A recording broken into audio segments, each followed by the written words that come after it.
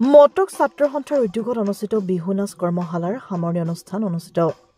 সদৌ অসম মটক ছাত্ৰ সন্থাৰ উদ্যোগত আৰু দিহিঙীয়া গাঁও যুৱ সংঘৰ সহযোগত 11 মাৰ্চৰ পৰা দিহিঙীয়া গাঁও যুৱ সংঘৰ প্ৰেক্ষাগৃহত অনুষ্ঠিত হোৱা বিহু নাচ কৰ্মশালাৰ আজি সামৰণি পৰে। এই কৰ্মশালাত প্ৰশিক্ষক হিচাপে অংশগ্ৰহণ কৰে বৰ বিহুৱতী নিজৰা বৈশ্য, ঢুলীয়া হিচাপে উপস্থিত থাকে ৰঞ্জিত দুৱৰা আৰু অভয়প ৰায়। আজিৰ সামৰণি অনুষ্ঠানত আঁত ধৰে মটক ছাত্ৰ সন্থাৰ সাধাৰণ সম্পাদক সুলভজ্যোতি শইকীয়াই।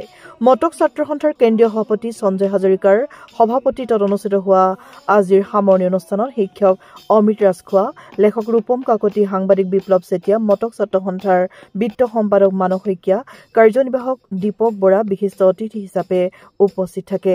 অনুষ্ঠানত মটক ছাত্ৰ সন্থা আৰু যুৱ সংঘই বিহু নাচৰ প্ৰশিক্ষক কেইগৰাকীক সম্বৰ্ধনা পত্ৰ আৰু চেলেং চাদৰ বৰণ কৰি সম্বৰ্ধনা জনায়। পৰীক্ষাৰ্থীসকলক একোখনকৈ মানপত্ৰ প্ৰদান কৰে।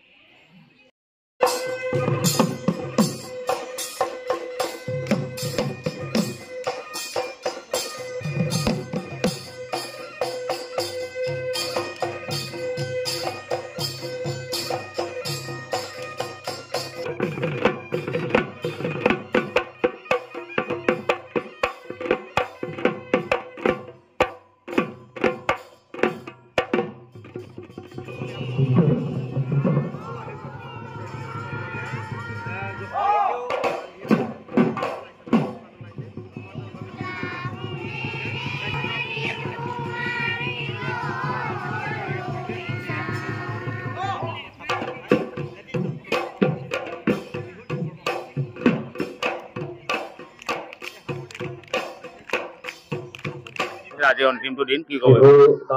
পোনপ্ৰথমে আপোনালোকৰ সংবাদ মাধ্যমত আজি আমি এই সংবাদ মাধ্যমৰ যোগেদি আগন্তুক ৰঙালী বিহুৰ শুভকামনা জনাইছো আৰু আপোনালোককো ধন্যবাদ জনাইছো। এই প্ৰশিক্ষণস্থলীত আপোনালোকে উপস্থিত হৈ আমাৰ এই কৰ্মশালা সমগ্ৰ অসমক আপোনালোকৰ সংবাদ মাধ্যমৰ জৰিয়তে আপোনালোকে দেখুৱাবলৈ যি প্ৰচেষ্টা কৰিছে তাৰ বাবে পোনপ্ৰথমে আপোনালোকক ধন্যবাদ দিছো। আৰু আমি ক'ব বিচাৰিছো যে সদৌ অসম মটক ছাত্ৰ সন্থা তিনিচুকীয়া জিলা সমিতিৰ সহযোগত আমাৰ তিনিচুকীয়া জিলাখনত বিশেষকৈ কেইবাখনো আঞ্চলিক সমিতিৰ সহযোগত আমাৰ এই বিহু কৰ্মশালা আমি দি থকা হৈছে। আৰু আমি ক'ব বিচাৰিছো যে আগন্তুক যি ৰঙালী বিহু, সেই ৰঙালী বিহুৰ উপলক্ষে যিসমূহ কৰ্মশালা আমি খুব কম বয়সীয়া কণ আমি সৰু কণ মাইনাহঁতক আমি বিহুৰ বিষয়ে আমি সজাগ সচেতন কৰি বিহু নাচ তথা বিহু নামৰ পৰা আদি কৰি এজন দক্ষ এগৰাকী আমি বিহুৱতীক প্ৰশিক্ষণ দিবলৈ আমন্ত্ৰণ জনাইছিলো। আৰু আজি এই কাৰ্যসূচী আমাৰ 10 দিনীয়া আছিলে। 10জনীয়া কাৰ্যসূচী আজি সফলভাৱে ৰূপায়ণ হৈ আজি সমাপ্ত হৈছে আৰু আমি আপোনালোকক ধন্যবাদ জনাইছো।